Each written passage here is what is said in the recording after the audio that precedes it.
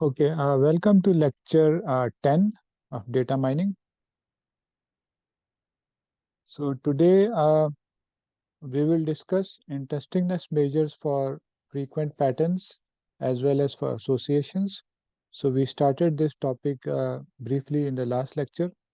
So we will spend some time on this today, and then we will discuss some additional ways in which you can find patterns from relational databases. We'll talk about multidimensional association mining, we'll talk about quantitative association mining, we'll talk about multi-level association mining. And if we have time today, we might start sequential pattern mining as well, but we won't be able to do significantly much on that topic. We'll do that in the next lecture. So that is basically the agenda for today. Uh, so are there any questions from the previous lecture?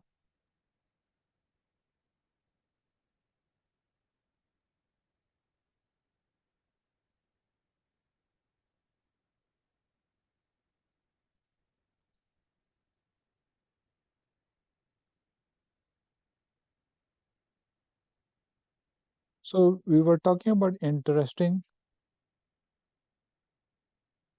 measures for patterns and associations. So far we had talked about two measures, and all of you should be familiar with them. So we talked about the idea of support, and we talked about the idea of the confidence. So support was a measure that quantified the frequency of an item set in a transactional database, and confidence was a measure that quantified the strength of a rule that was derived from a frequent item set. So we will now look at interestingness measures in a broader sense, and we will introduce several other interestingness measures, and we will look at the pros and cons. So what is the idea behind discussing this? So there are a number of things that we like to uh, kind of take out from this lecture. One of them is that we should be able to compare the characteristics of different measures. So some measures highlight some aspect of the uh, item set or association, while others highlight others aspect of the association or pattern. One other thing, and especially for the case of associations, we would like to know which measures uh, quantify or quantify correlations.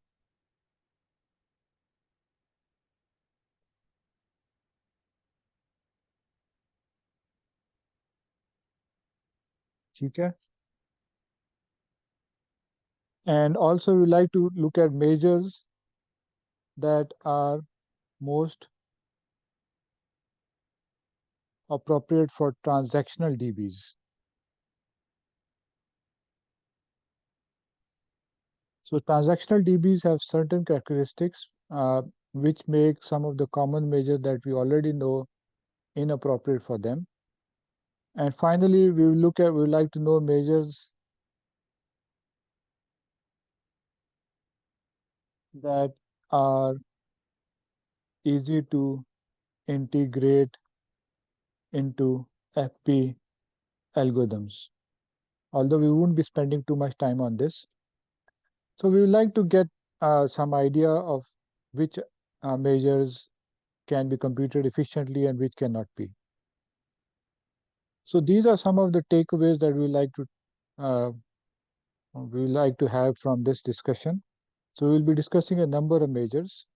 So let's start first with the idea of correlation. And this is of course related to associations. So let's say if you have a item set XY, X is an item set, Y is an item set.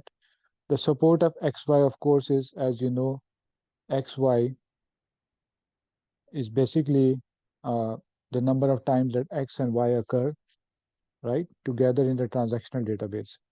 And the confidence of X y is basically the support of xy divided by the support of the left hand side, which is x. Okay. So now let's look at an example.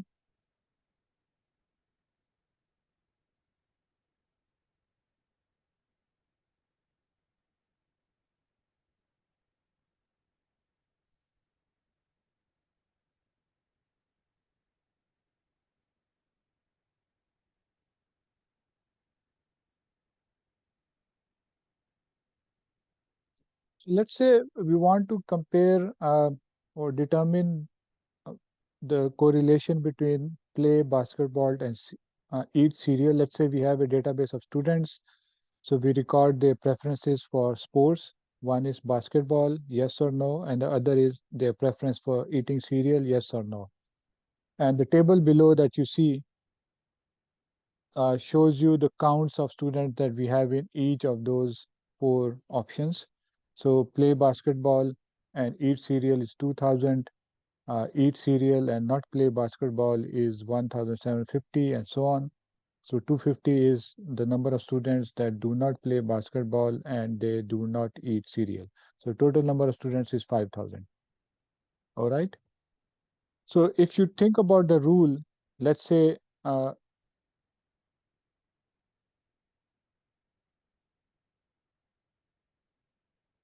so play basketball, eat cereal. So play basketball, eat cereal. What would be the support of this rule? So we want to find the count. We want to find the support of play basketball and eat cereal together. So 2000 people do both. So 2000 over 5000 would be the support, which is 0.4 or 40%. The support of this rule is of course 40%. And then what is this confidence? Confidence would be support on the numerator divided by the support of the left hand side, which is uh, play basketball. So play basketball support would be found by the total number of people. Sorry, on the left hand side is, yeah. So on the left hand side is play basketball. So how many people play basketball?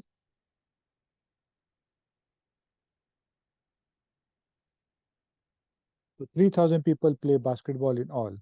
So if you talk about the confidence, that would be 2000 divided by 3000, that is 0.66, which is 66%. All right. So 66, the confidence of this rule is 66%, which means that uh, if someone plays basketball, there is a 66% chance that he or she eats cereal. But if you look at the total number of people who eat cereal, so total number of people who eat cereal is 3750. So 3750 over 5000 is 75%. So actually 75% of the student body eats cereal, and among those, for those who eat, for those who play basketball, for among the segment of these people, those who play basketball, actually the percentage of them is lesser, is 66%.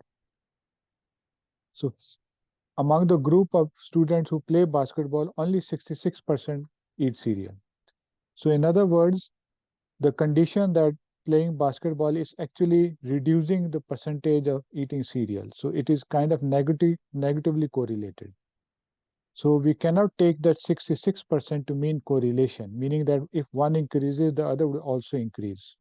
So actually in this particular case, since eating cereal is 75%, and if you condition it on playing basketball, it actually drops to 66%.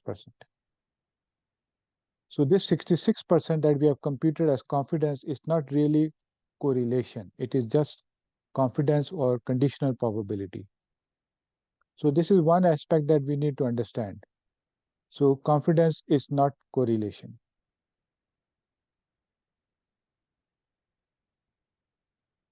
So actually, if you look at the other rule, that would have its confidence would be lesser, but that would be much more accurate. Play basketball, not eat cereal in terms of correlation, but of course, his confidence is much lower.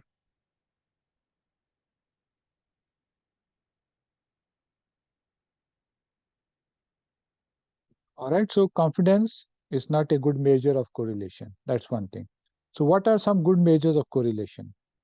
Of course, you can always use some correlation measures that we have already studied before.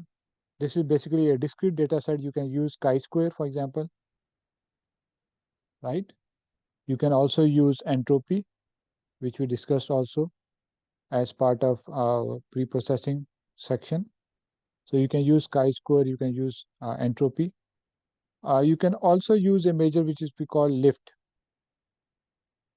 So lift is another measure for a rule, and this is derived from independence.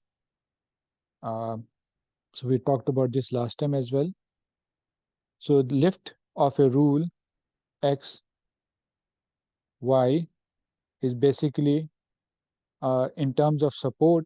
This is basically the support of x and y divided by the support of x and the support of y. So in the denominator, we have the support of both x and the support of y. Okay? If you compare it with confidence, in confidence, you had only the left-hand side in the denominator, support of x, not support of y. But this value, as we mentioned last time, if it is 0, then it means that they are independent, meaning there's no relation.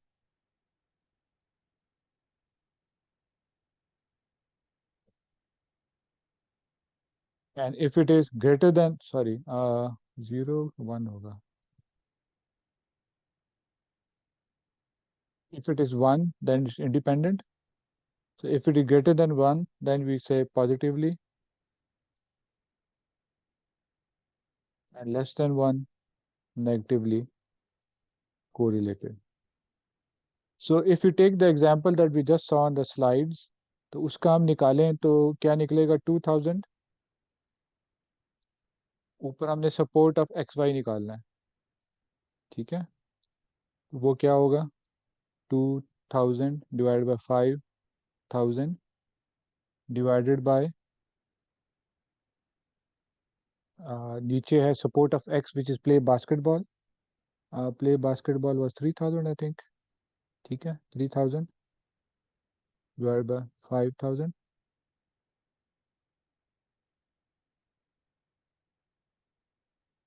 and then 3750 divided by 5000.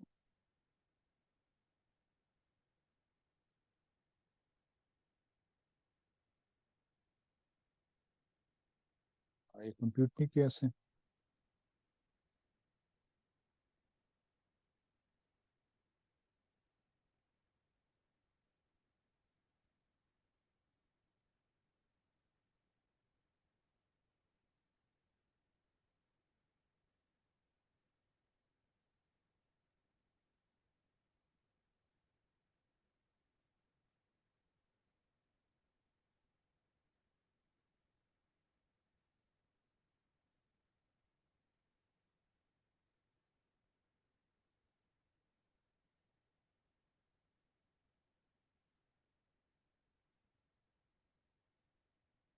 So 83%, 0.83.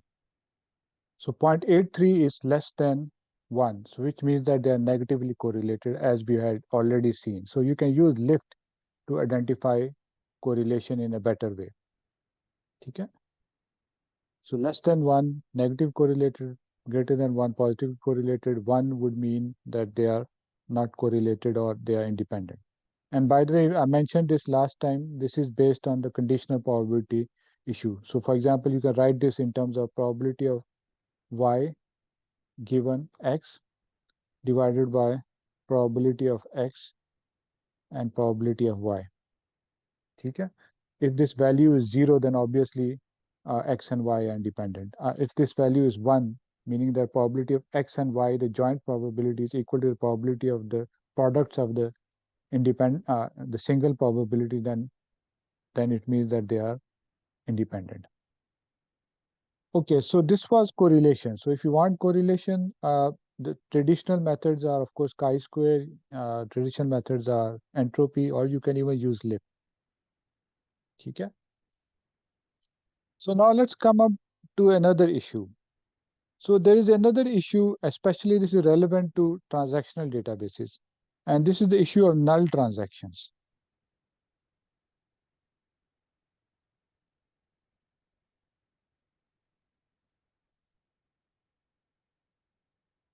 So what is a null transaction? So remember, we are talking about two item sets, X and Y, right? So in our database, we will have multiple transactions, and there will be usually many transactions that do not have any of these two item sets. So a transaction that do not have X and Y, or you can say and or Y,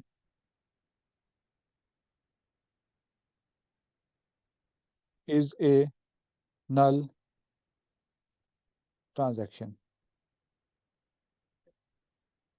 Okay.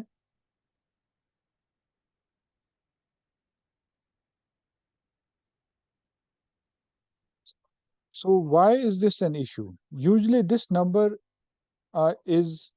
of null transaction is very large. That's one issue. So in any practical database, you wouldn't have item sets. For example, let's say if you think of uh, a retail store. So and you're talking about even let's say very popular items like milk and bread. So how many transactions in a database of let's say Carrefour would have milk and bread both in them, or either of them, in either one of them or both of them? So Carrefour has tons of item sets, so there will be only a very small fraction of times that you will have these two items in a particular transaction. The rest of the transaction will be null. So the issue now is that, and that's one issue. The other issue is that if your relationship, if your measure depends on the total number of transactions and not only on those transactions that contain the item set, then it's not comparable. So let's say मेरे पास Carrefour का data set. So let's say I have a store. I have two stores, store one and store two. Store one में सिर्फ 10,000 transactions हैं और store two में सिर्फ 500 transactions हैं. If I compute a measure on store one, its n would be very large. Total number of transactions 10,000, while the total number of transactions in store 2 is only 500. So if you compare a measure that depends on the total number of transactions, then the results would not be comparable. One would be impacted by the large value of 10,000, while the other would only have a small value of 500. You can't compare them. So in other words, you will be kind of comparing apples and oranges, as they say. Okay? So, so now let's look at some measures in more general measures. So let me now draw a contingency table, write a contingency table. So we have X and we have not X, meaning that does not X does not exist. And then we have Y and then not Y. Okay? उल्टा भी कर सकते थे.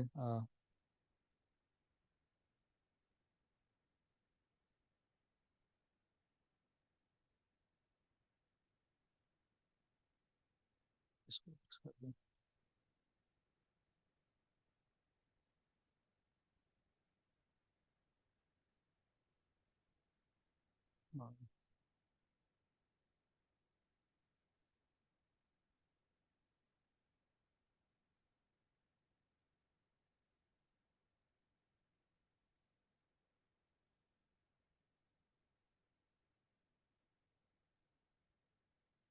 All right.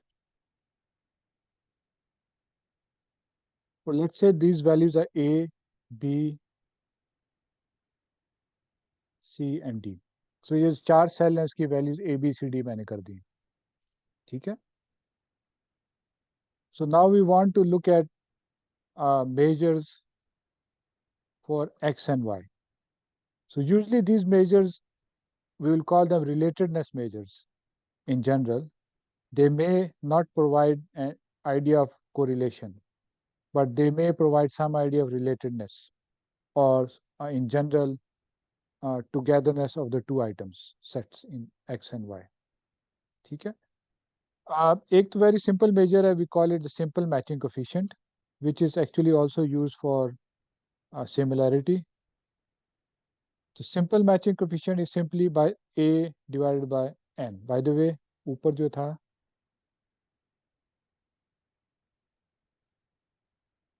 so n is the total number of transactions. This is A plus B plus C plus D. ठीक है,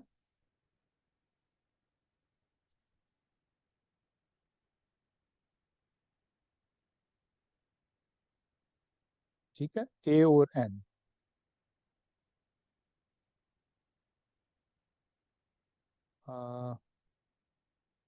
This is not simple matching coefficient. This is also equal to, by the way, simple matching coefficient in this sense is also the support, right? The support of this item set A over n, right? Of this item set xy. Support क्या थी? xy का count, which is A over total number of transactions n. ठीक है? So what is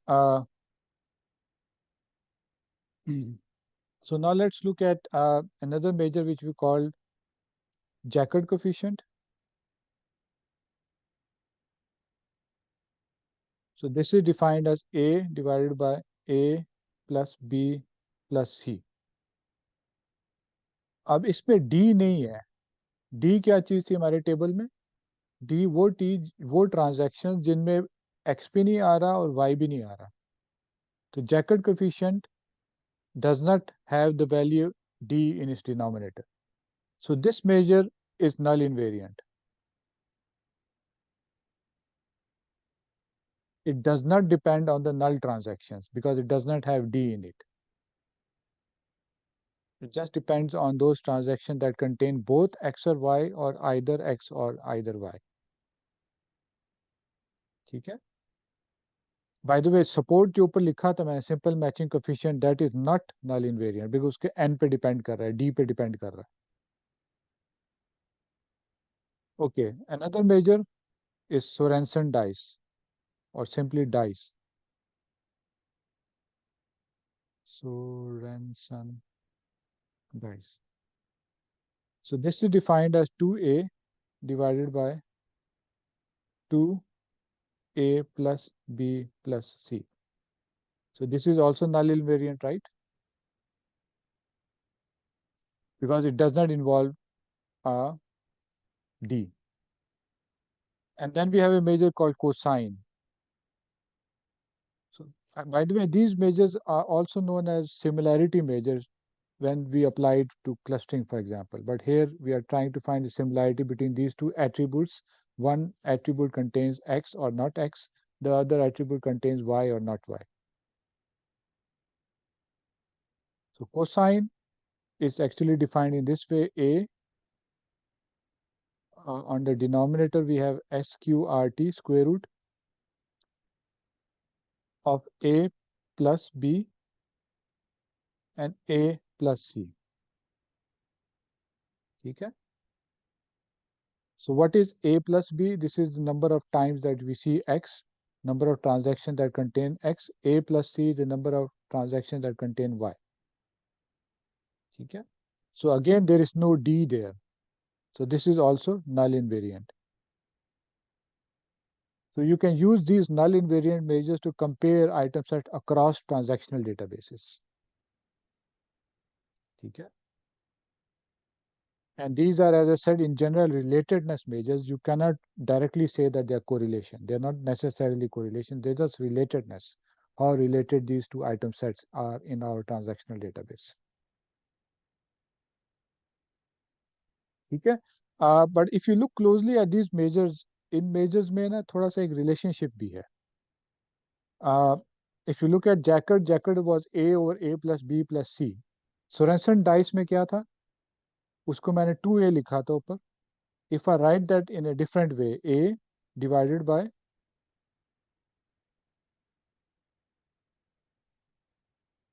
ठीक है, तो we have A plus B plus A plus C divided by 2, right? Denominator में ये बन गया ना. तो दो एज आ रहे हैं, ये जो 2 है वो ऊपर चले जाएगा, 2A हो जाएगा.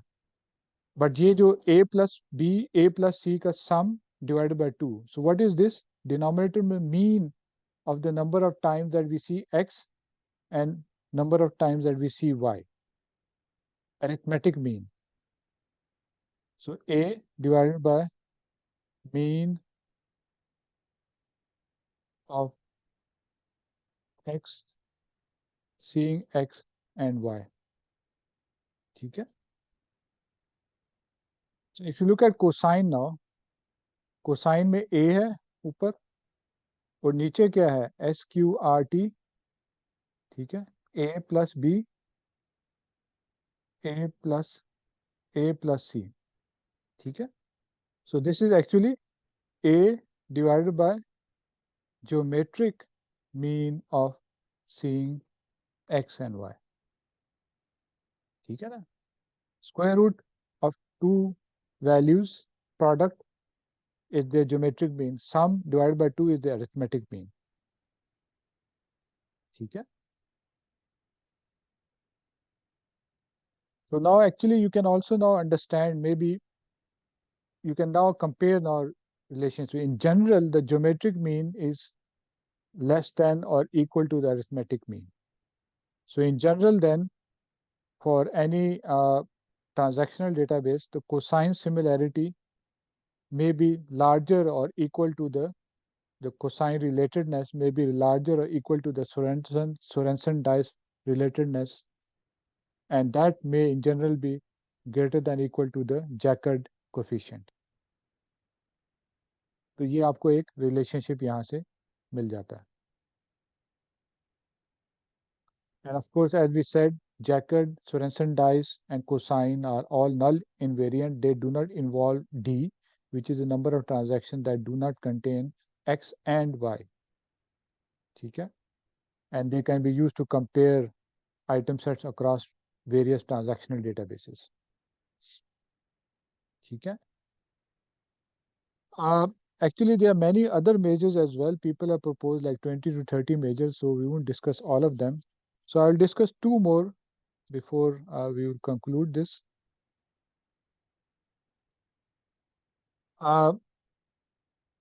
Okay.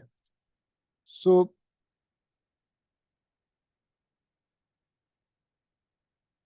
by the way, confidence is written as what? Confidence is basically A divided by N. This is support of AB, XY, right? Divided by the support of the left-hand side, which was A plus B. A plus B divided by N. तो इसमें भी आप देखें कि N cancel out हो जाएगा और D नहीं है.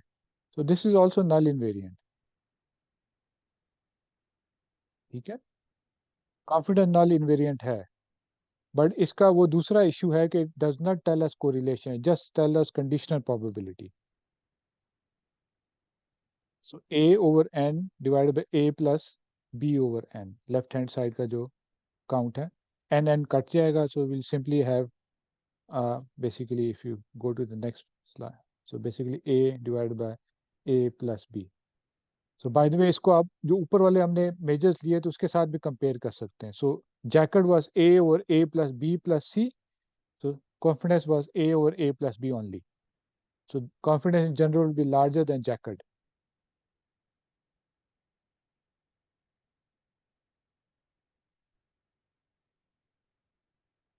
ठीक है? All right. Now, so there is another measure that has been found to be quite useful and tells us about the strength of a rule or relationship of a rule in both ways. This is called Kulczynski. So this is basically defined as the average of the two confidences of a given item set. So for example, average 0.5 into, so confidence of x, y plus confidence of y, x.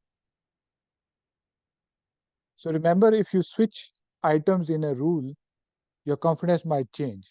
So Kulzinski gives you one measure for one item set by taking the average of the confidence of both sides. जब वो item left पे डालें वो item right पे डालें दोनों का confidence निकालें और वो एवरेज ले लें तो this is the Kulczynski measure and this is a good way to find the strength of a rule if you just want to use one measure.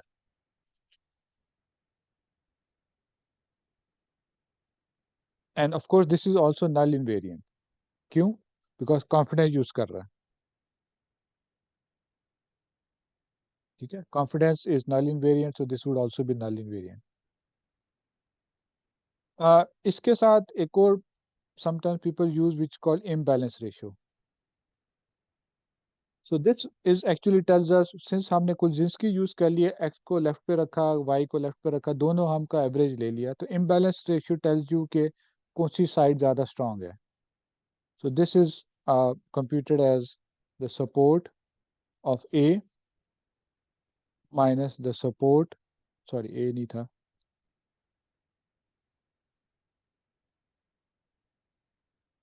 X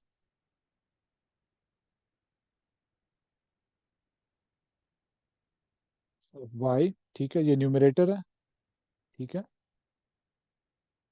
तो डिनोमिनेटर में हमारे पास द सम है support of X plus support of Y minus support of both X, Y.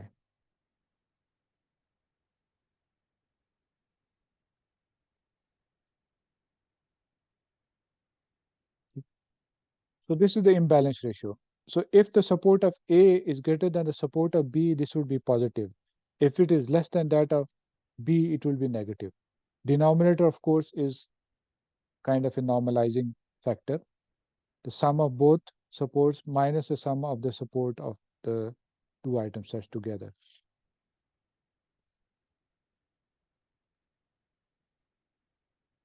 Okay? So this is also null invariant because it uses support. Support is null invariant. The support is not null invariant, but actually it is null invariant. Yes, true. Null invariant. Why is it null invariant? Because ऊपर numerator में भी support है, ठीक है. Numerator में भी आपके पास कोई एक्सप्रेशन होगा dot dot dot divided by n, ठीक है ना. दिस इज न्यूमरेटर और डिनोमिनेटर में भी कुछ चीजें हैं that is also divided by n. n n cut जाएगा तो the total database size is not impacted, it's not impacting this rule or this measure, ठीक है. सो d का इम्पैक्ट इसमें नहीं आएगा.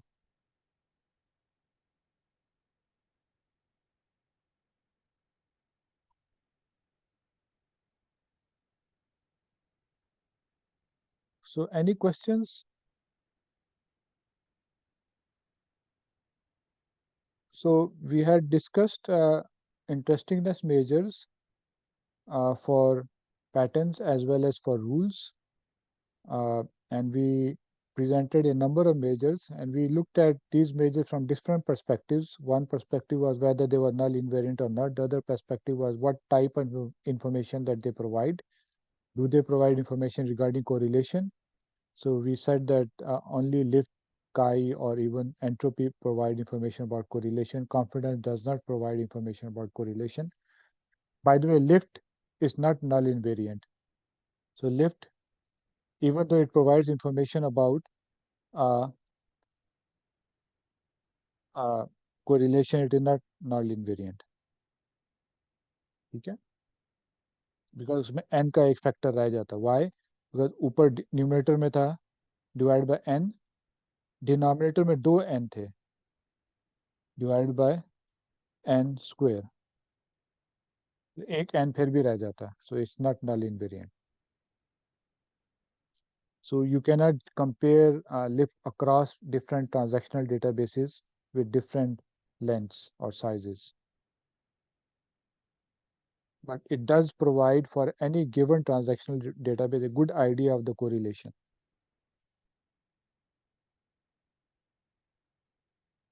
Okay, one last thing here.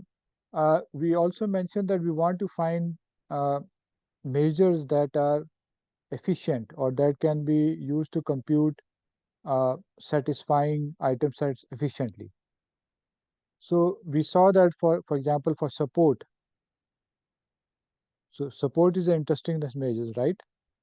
So this measure actually is efficient because you can push this measure into the a priori algorithm or even into the FP growth algorithm, and you can prune out those item sets that are not frequent or that do not satisfy this condition early on.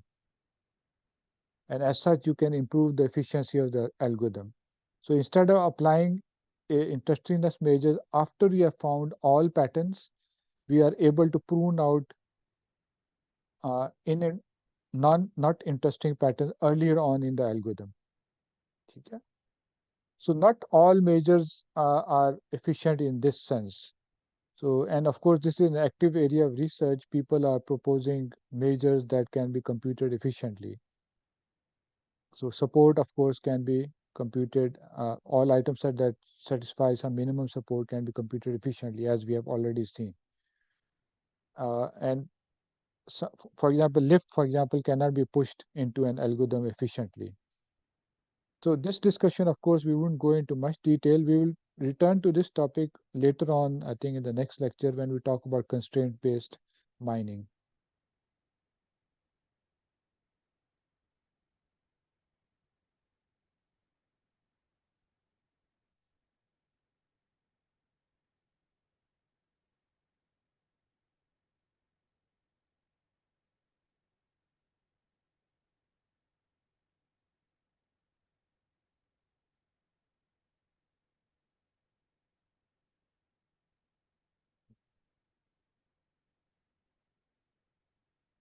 Okay? So any questions?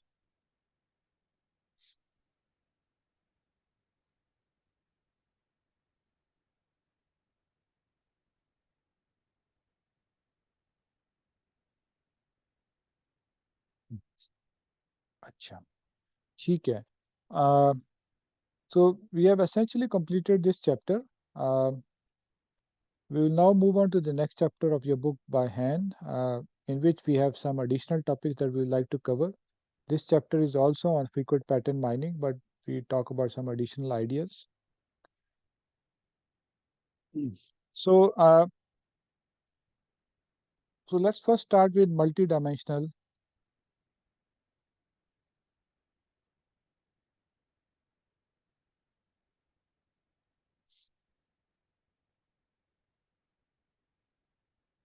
Multidimensional associations or multidimensional rules or association rules. So far we had only talked about a single dimension.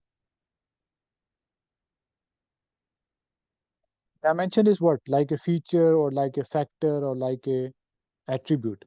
So far जैसे हम typical example ले रहे थे market basket analysis की, हमारा पास जो attribute था, it was actually buy.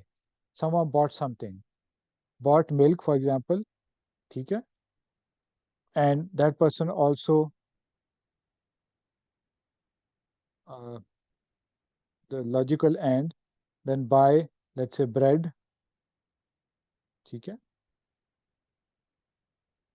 So this was the only you can say predicate or dimension that we talked about before. And for all the transactional example that we saw, the predicate or the dimension was the same. In the case of market basket analysis, it was buy. Someone bought an item or item set or number of items. And from this, of course, the rule that you would get would be buy milk implies buy bread, right? Again, both predicates were the same. Both dimensions are the same. Since the dimensions were the same, we did not bother writing those dimensions in our previous discussion. But usually our transactions contain additional information. So for example, maybe so buy milk and buy, let's say, bread implies uh,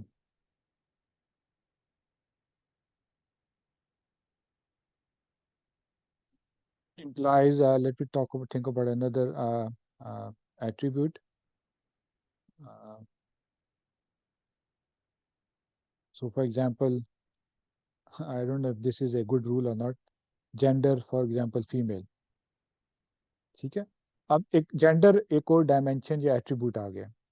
So the idea here is that we want to find sets of such predicate that are frequent and that occur in our database. We are not just talking about one predicate or one dimension. We are talking about other dimensions as well. So whenever we talk about market basket analysis, सिर्फ buy का aspect नहीं है, उसमें हम gender का जो buyer है उसका एस्पेक्ट भी डाल सकते हैं, प्राइस का एस्पेक्ट भी डाल सकते हैं, और चीजें भी डाल सकते हैं. So whenever you have multiple predicates in a set and also in a rule, we say that it's a multidimensional rule. ठीक है.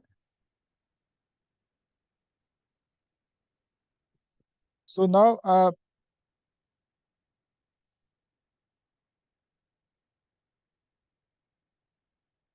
let's try to generalize this and see how we can find such rules from transactional as well as relational databases. So remember आपके relational database में क्या होता है? DB में you have an attribute, let's say आपके attribute gender है for example, एक attribute है, let's say age भी एक attribute है, let's say आपके पास let's say education एक attribute है, employment let's say एक attribute है, और फिर let's say ये उस कस्टमर की इंफॉर्मेशन है, देन लेट्स से उसके बाद बाय है, तो उस कस्टमर ने उस वक्त क्या खरीदा, and this could again be a set. ठीक है. This buy maybe a set while the previous attributes are not necessarily set, they are atomic values. ठीक है. सो फॉर एग्जांपल एक मेल है, एज लेट्स से 22 है, education let's say MS है, employment student है, and then let's say उसने एक transaction पे उसने लेट्स से मिल्क खरीदा, ब्रेड खरीदा, बटर खरीदा, एंड लेट्स से कंप्यूटर भी लिया. ठीक है. And so on, then you will have another maybe transaction, वो फीमेल थी, 22 अगेन, लेट्स से वो बीएस थी, and then again student, and उसकी ट्रांजैक्शंस उस वक्त क्या थी, let's say mobile and let's say hands free. Buy वाला पार्ट तो वही है, it's set like in transactional database, but उसके साथ फिर हमारे पास एडिशनल एट्रीब्यूट्स भी टाइड हैं. ठीक है. And our idea is that we would like to find frequently occurring combinations of both buy with other attributes as well. ठीक है. तो इसको हम इन जनरल ए प्रायोरी की टर्मिनोलॉजी में आप कहते हैं, like in the previous case we said item set, right. Here we will say now predicate set. ठीक है. So for example gender M and let's say buy milk. So this is a set of two predicates and we call this a predicate set, and in particular this is called a two predicate set. जैसे हम पहले कहते थे k item set, yeah, which has k items in it. In this case it has two predicates in it. So in general a k predicate set.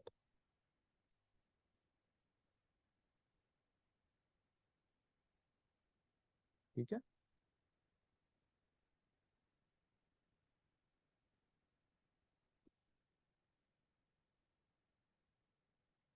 So we want to find all such frequent predicate sets. So this is now our goal, not item sets.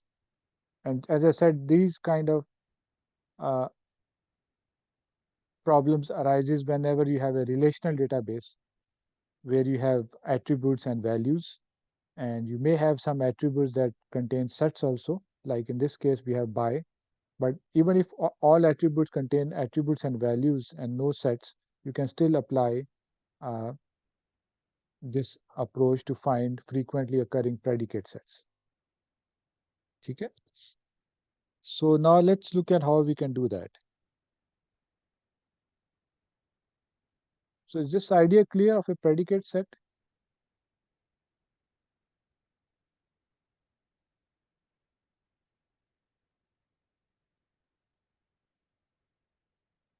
All right.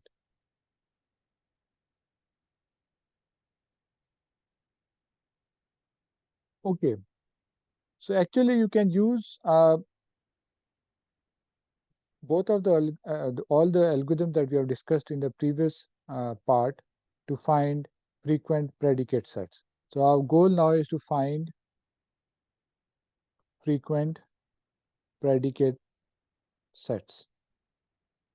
Okay? From, you can say, in general, relational databases. Again, you will be given some minimum support threshold as before, and we will be given a relational database, and we would like to find all frequent predicate sets.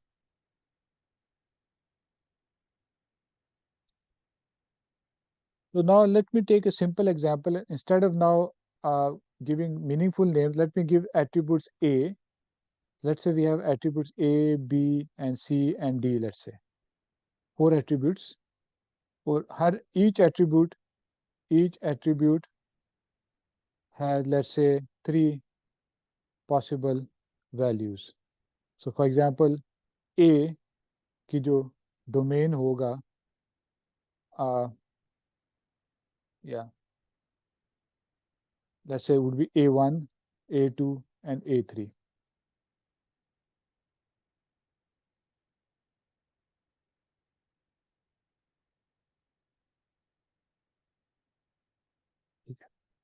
So A can take on the value A1, A2. तो इसको फिर predicate set फिर मैं इस तरह लिख सकता हूँ A is equal to A1. So this is one predicate rather than me writing A and then उसके parenthesis के A1 लिखा तो I can simply write it in this way. So this is a set.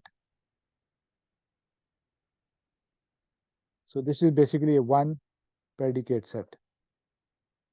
And this of course would be different from A is equal to A2. This is also a one predicate set, but it's different from the previous one. Okay? And similarly, if you have A is equal to A1 and B is equal to, let's say, B1, so this is a two predicate set. It has two predicates in it. Okay?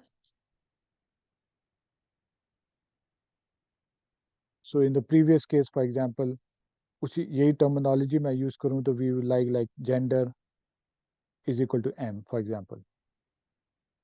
Okay, so a different way of writing this. Okay, so now we have a database with 4 attributes, and we have each attribute has 3 possible values. And we are also given minimum support threshold. How can we find the frequent predicate sets? So we can use a priori. So a priori can be used directly with slight modification. So how can we use a priori? So it's the same way. You start with uh, so if you recall what does a priori does, you have candidate one item sets, or in this case predicate sets, and then you have frequent one predicate sets, and from there you get candidate two predicate sets, then frequent two predicate sets, and so on. ठीक है ना, इस तरह चलते थे ना. So in this particular case, one candidate one item set would be basically A is equal to A1, for example. इसका आप count ले देंगे जो भी count है, ठीक है. Then A is equal to A2, इसका count भी आ जाएगा, ठीक है. Then A is equal to A3, इसका भी count है, and so on.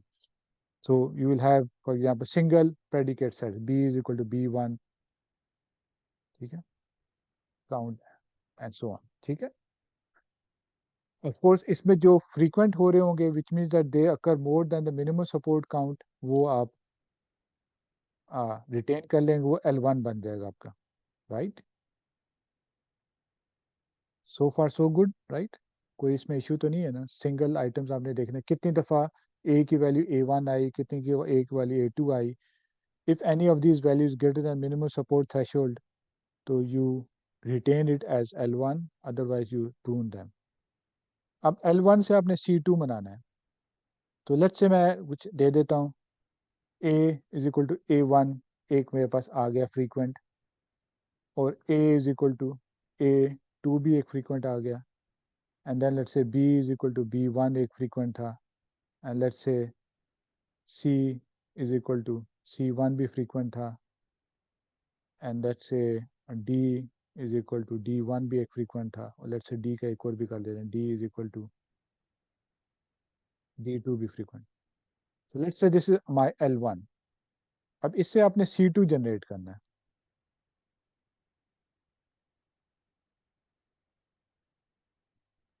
Let's say this is my L1, ठीक है. So you will generate your C2 in a slightly similar way, but you need to now keep into mind one thing. अब जैसे would you generate A is equal to A1 and A is equal to A2? Would this be generated? This would not be generated, because, or there's no point in generating this, because this is never going to happen. Remember, this is a relational database. Any one row in your record would only have one value for A. It will not have two values for A. ठीक है. तो ये वाला हम नहीं generate करेंगे. ठीक है. So not generate this. ठीक है. So what we would generate, we would say A is equal to A1 and then B is equal to B1. This is a legitimate predicate set. It would possibly occur in the transactional database. So similarly, उसी तरह lexicographic order में आप चलते जाएंगे. A is equal to A1 और मेरे पास C is equal to C1 भी था. तो फिर A is equal to A1 and then D is equal to D1 and then A is equal to A1, then D is equal to D2. And then you continue in this fashion. So एक और भी है. A is equal to A2 and then you can have C is equal to, B is equal to B1 and so on. So I hope you understand the point. ठीक है. So a single predicate cannot be part of a predicate set, especially if it is a relational database. If the predicate was like by, which can take a set, so that would be fine. But in this case, this is not fine. तो इस तरह आपने ये C2 generate किया, इसको फिर count करेंगे. You will get L2. L2 जब आ गया तो उसी तरह आप उसको C3 बनाएंगे. C3 किस तरह बनाएंगे? You match the first two predicates in the two predicate sets and then add the third value. So add the first, so two predicate set can add the first, write the first predicate set and then add the one predicate item from the second predicate set. So ये आपके पास 3 आ जाएंगे. And then you do the same thing. You check whether इसका subset L2 में है कि नहीं है. एक चीज, if it is not, you prune it. Then you go ahead and count in the database. ठीक है.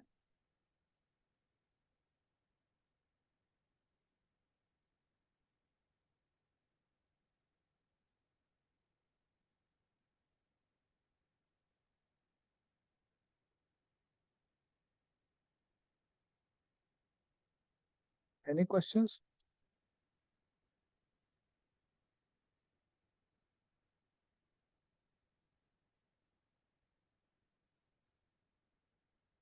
All right, no questions. So this is the idea of multidimensional pattern mining as well as multidimensional association mining. So once we have found a, let's say you have found a pattern that is frequent, A is equal to A1, B is equal to B1, and C is equal to, let's say D is equal to D2 कर देते हैं. Let's say ये आपके पास पता चल गया कि ये फ्रीक्वेंट 3 प्रेडिकेट सेट है, तो इससे आप रूल्स बना सकते हैं जिस तरह पहले बनाते थे आप. सो you have the whole combination A is equal to A1, B is equal to B1 implies D is equal to D1. ठीक है. And of course other combinations भी बन सकते हैं. Remember this is a set. Within this set uh, there is no order in general, but of course in writing we follow an order to avoid duplicate and redundant work. वो order हम रखते हैं, पहला attribute लिखेंगे, फिर दूसरा लिखेंगे, फिर तीसरा लिखेंगे. ठीक है. सो लेक्सिकोग्राफिक ऑर्डर हम मेंटेन करते हैं. This is also essential for a priori algorithm.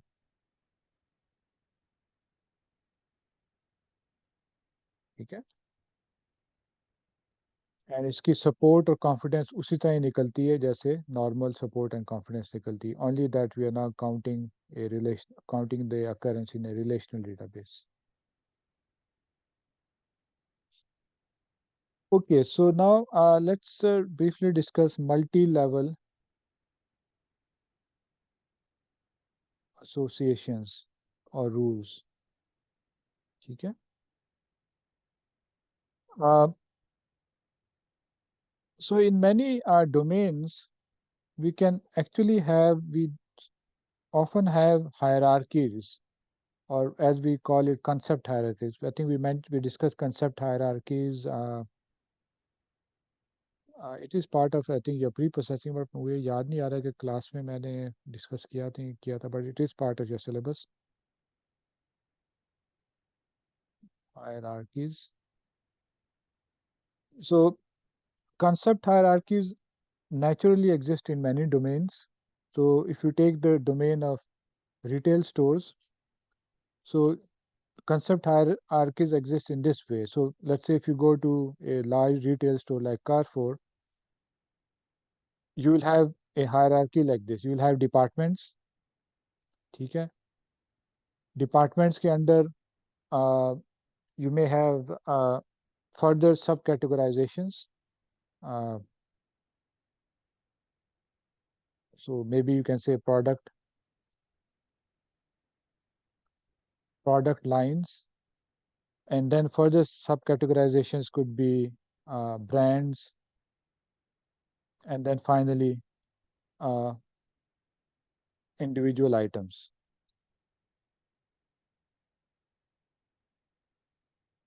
So for example, let's say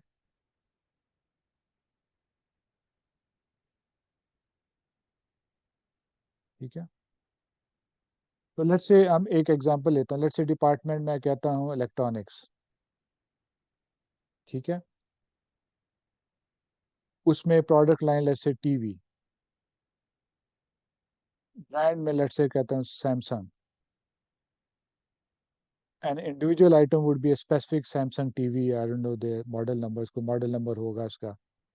So for example, Samsung TV 75-inch LED and some model number.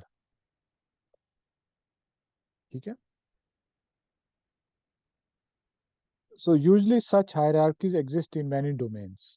In the case of retail store, I've shown you just such a hierarchy. So if a hierarchy like that exists, the question now is you can actually find frequent item sets at different levels of hierarchy. So far we had, again for the case of retail store, so far we have only talked about at the item level, at the lowest level, or at some level that we are comfortable with. So let's say मैं कहता हूँ brand level.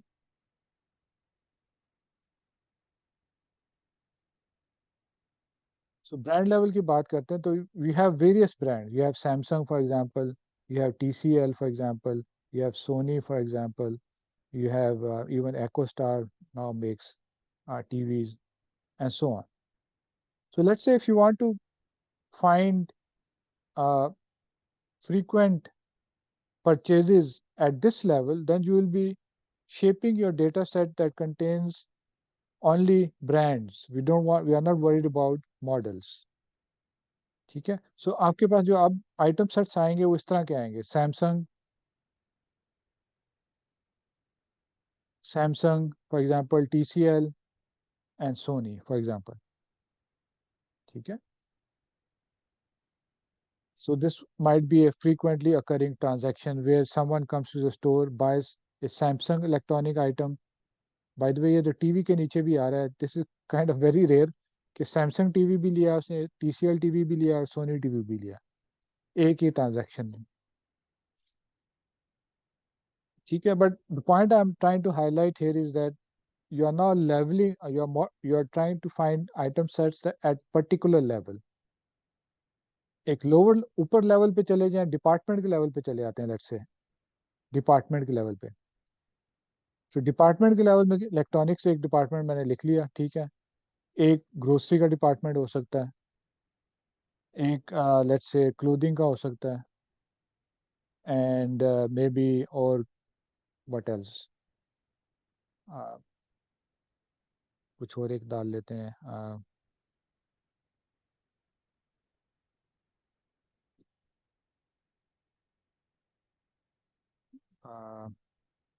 I don't know, bakery कर लेते हैं.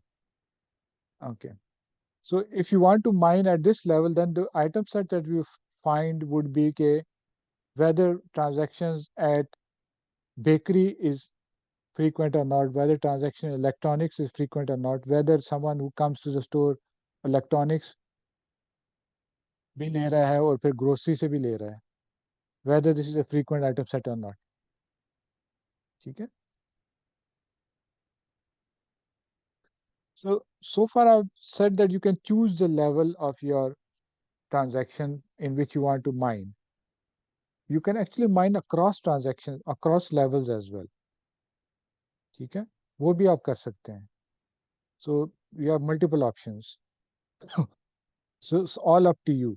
So let's say आप कहते हैं कि डिपार्टमेंट एक लेवल आपका है और also you want to have a level for individual items. So then uh,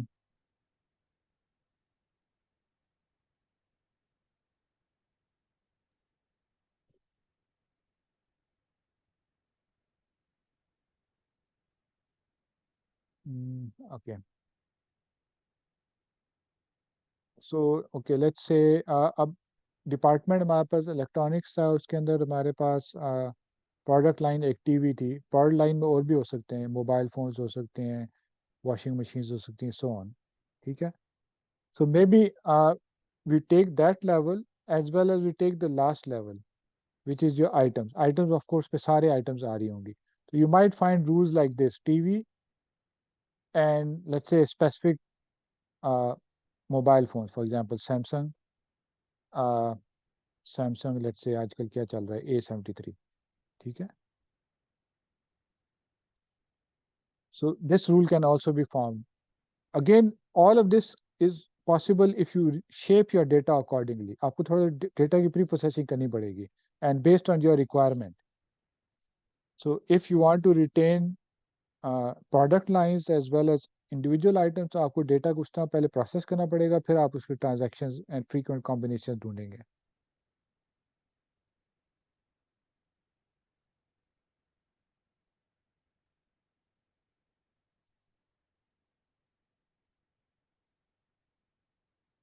ठीक है. So if you do across level mining, then you might find that there are some rules that are redundant, or you can estimate one rule from the other rule. तो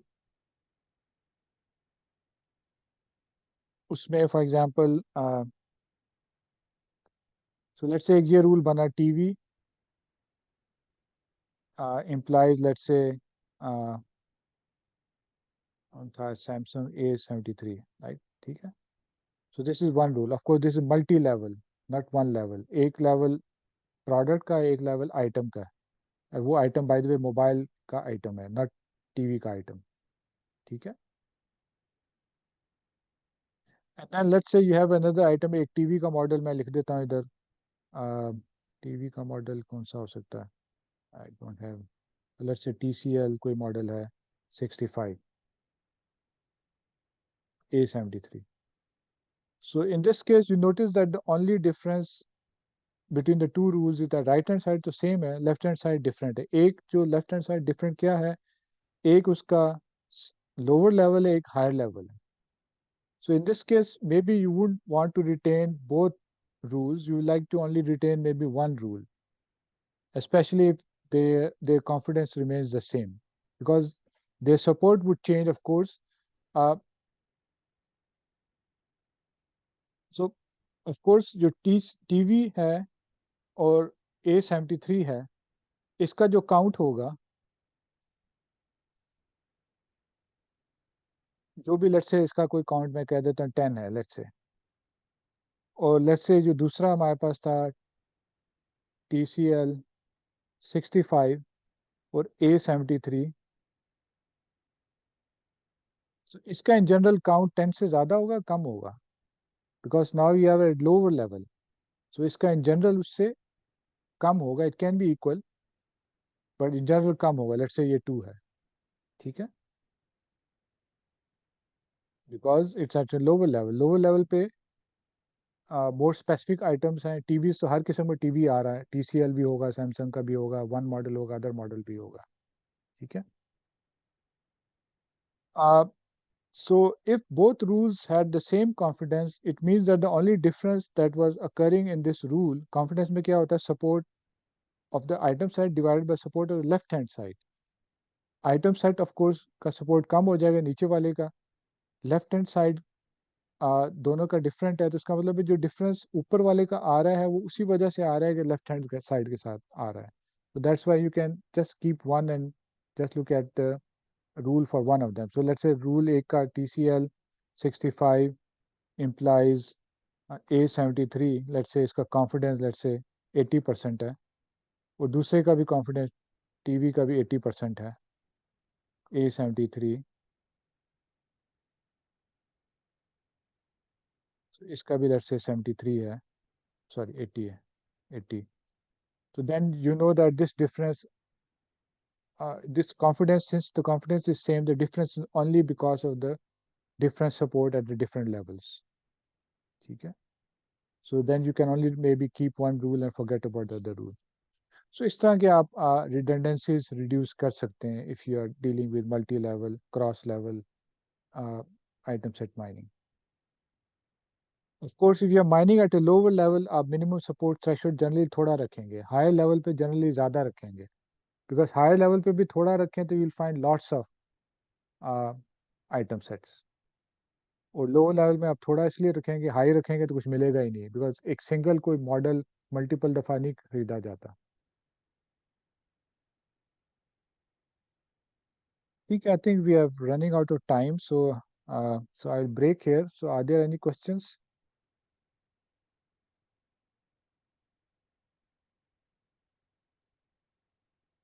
so today is Thursday so we do have a quiz on coming Tuesday quiz वही class के बाद होगा towards the end of the class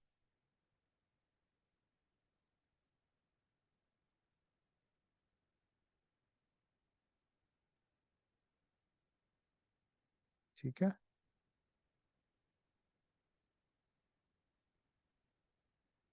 any questions